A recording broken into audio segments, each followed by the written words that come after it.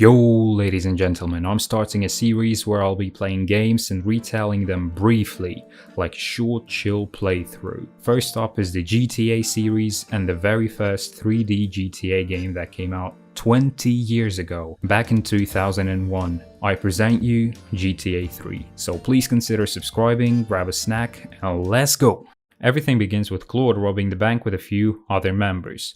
This is Claude, the main character. He doesn't speak in the game for some reason, and on the way out, you get betrayed by your partner, Catalina, so you get arrested. But it turns out you're in the same convoy as some other important guy. You see this as an opportunity to escape together with a guy called 8-Ball.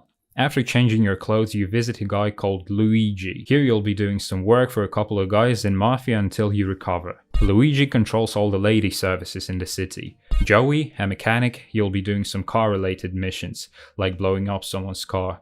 And Tony, he'll introduce you to the gang life of the city. On his missions, he'll destroy the triads. All of the above are members of the Leone family, and after you've done some dirty work, like driving respectful ladies to their places of work and finishing off the triads, they introduce you to the family's Don Salvatore. Now you're gonna be doing the dirty work for him, Major Leagues. First thing he tells you to do is to take care of his girl, and you're introduced to this young and beautiful lady Maria. You know, I can't understand how back in the day I used to get turned on by these female models. Like, look at the textures, the polygons, the edges. Damn. Okay, wait a minute. So you drive this girl to pick up some stuff and then drive her to some club, but it gets raided by the police and you drive her back home. Then Salvatore tells Claude that there's a rat in the family, someone who's leaking the info to a Colombian cartel that makes stuff called Spank. So you follow a guy by the name of Curly Bob. He turns out to be the rat. He's leaking the info to your old friends Catalina and the other partner, Miguel. We didn't have a moment of introduction, but he'll be a significant figure in the future. So you get rid of the rat. Salvatore thinks that they're making the Spank stuff on the very ship you were led to. So he tells you to destroy that ship as a personal favor to him. He says you'll be a made man if you do it. So you go and visit 8-Ball, the guy you escaped the convoy with. He has his way with explosives. You pay him $100,000 for such an amount of explosives that can sink a ship. When you get to the ship, you cover him and take out the Colombian gang as 8-Ball plans the explosives. That reminded me of that sinking the ship mission in GTA 5. By the way, if you would like to see such videos on GTA games, then leave a like and subscribe and we'll go all the way to GTA 5. Anyways, after successfully sinking the ship, Salvatore asks you to do just one more little thing. You need to get rid of a car that has a body in it, and it seems just a little too easy after you've sunken the whole ship. Like, you gotta be stupid not to realize that this is a trap, so you blow yourself up once just to check if it's true and ignore the message. And the second time you read the message from Maria that warns you about the car being a trap. You meet Maria at the docks and she tells you that Salvatore thinks that you're going behind his back, that's why he wanted to get rid of you. And also Maria told Salvatore that you and her had some romantic cheeky breaky. Also, you meet another young lady at the docks, Asuka. She's a co-leader of Yakuza, and together you flee Portland, the first region in GTA 3. So there are 3 regions in GTA 3 that become available gradually as you progress through the game. The game itself takes place in Liberty City, the same city as in GTA 4, which consists of 3 islands, Portland, Staunton, and Shoreside Vale, just FYI. So now we're in Staunton. The first thing you do after checking out your new crib is go to Asuka. She's not sure about you since you've been working for Mafia, so she tells you to get rid of Salvatore. Easily done. On the next mission you are introduced to Asuka's brother Kenji. He'll be useful in the future. Asuka asks you to take out some spying cops and you do it without any trouble. Then you find that Asuka and Maria are gone. You see a note left by Asuka which says that there is a perverted reporter in the bay that's been spying on them. Yes, one thing I gotta mention is that Asuka and Maria are portrayed as very naughty girls. You constantly hear some moans, dirty phrases, and it makes it kind of obvious that Maria and Asuka fuck. And that is weird, since the story is kind of based around you and Maria being in love, but the main character Claude appeared to have yet another C-word label on him beside his name, since he never hangs out with Maria. You're always in some slums doing dirty work for wealthy gangsters, so yes, Claude is a cock. You steal a police boat and get rid of the reporter. So far so easy. Next you are introduced to assault cop Ray. You find him by driving around the city and answering payphones anonymously, since he's hiding. You meet him in the Central Park toilet where he hangs around. I guess it's the only secure place for assault cop. Ray is always in some trouble, so you'll be doing different stuff for him, like getting rid of witnesses, evidence, and people sniffing around. Let's get back to Asuka. You find a note that says that one of Asuka's drivers is actually an undercover cop, and you need to get rid of him. And oh boy, this mission involves cop chases. And guys, listen. If you want to stay mentally healthy, just don't play this game. The cops in this game are ruthless, merciless, and angry bastards. Like, they're impossible. You jump in a car, chase a guy, get some cops on your tail, and they smack into you collectively. And after smacking into you, they just keep pressing the gas pedal, crippling you completely. And considering the fact that cars in this game are literally made of paper, it takes about 5 blows to the car for it to blow up. Missions that have cops involved just finished my nervous system.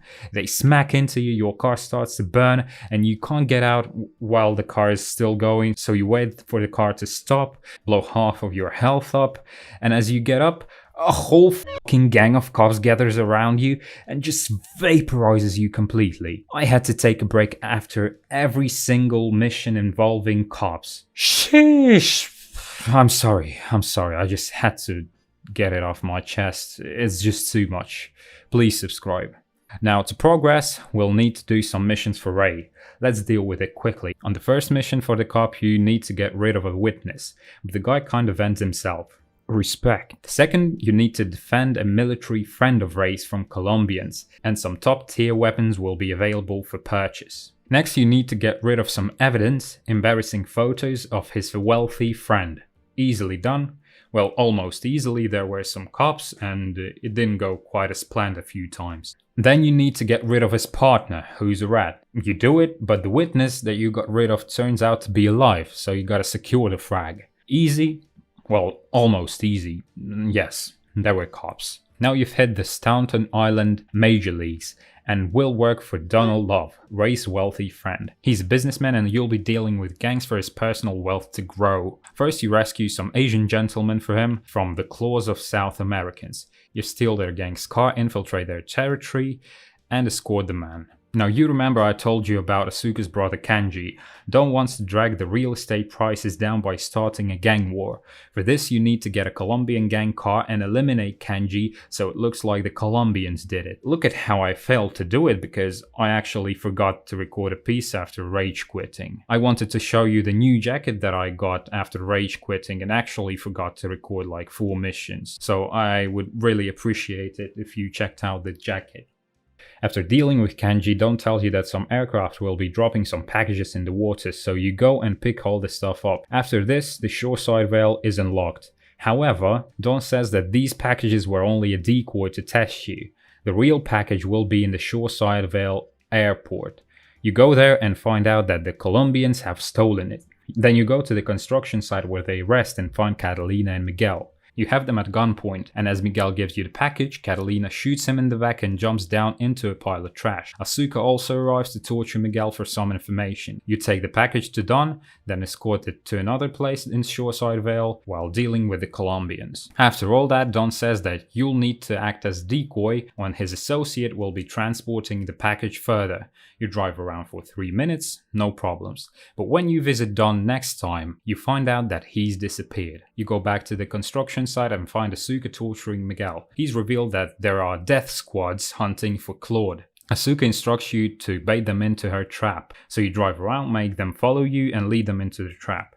Easy. After having dealt with the Colombians, you visit Asuka. She has some more information for you. Turns out that Catalina has been distributing the spank stuff through the street stalls, so you go and wreck all the stalls.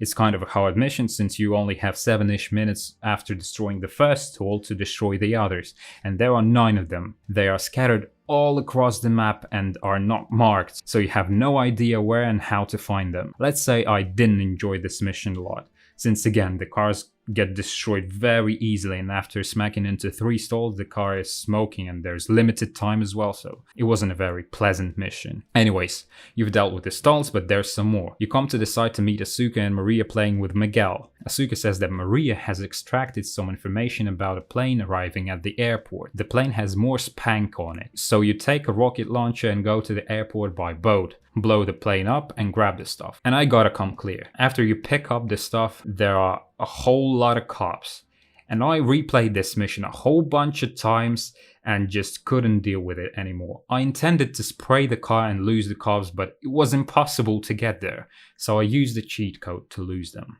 This game is very simple but obscurely difficult at times, so I hope you will forgive me. So Asuka also instructed you to stash the stuff, and as you go to stash it back at the construction site you find both Asuka and Miguel dead, and there is a note on Miguel's body telling you about ransom. Maria is still alive and well for now, but if you want to keep it that way you need to bring $500,000 to Catalina. You bring the money, but just as the bank job at the beginning, Catalina deceives Claude and doesn't let Maria go, instructing her men to deal with you. But after an epic escape, you follow Catalina's helicopter to the dam, where you fight through dozens of Catalina's men sniping and blowing them up. You save Maria, but still have Catalina to deal with. She's constantly bombing you from a helicopter, but you take a rocket launcher and blow her to pieces. And this is finally it. After having avenged yourself and saved your princess that you haven't spent a single moment with, together you head off into the sunset. And also, after the screen goes black, there's this. I broke a nail and my hair is ruined. I mean, can you believe it? This one cost me $50. So, ladies and gentlemen, what can I say? As a piece of history, this game is great, but I would not recommend you play it nowadays. For those purposes, you have yours truly, and I'm fully down to continue the series and go all the way to GTA 5. Just leave a like and subscribe, that's all you need to do for it to happen. And as always, thank you for watching, have a nice day.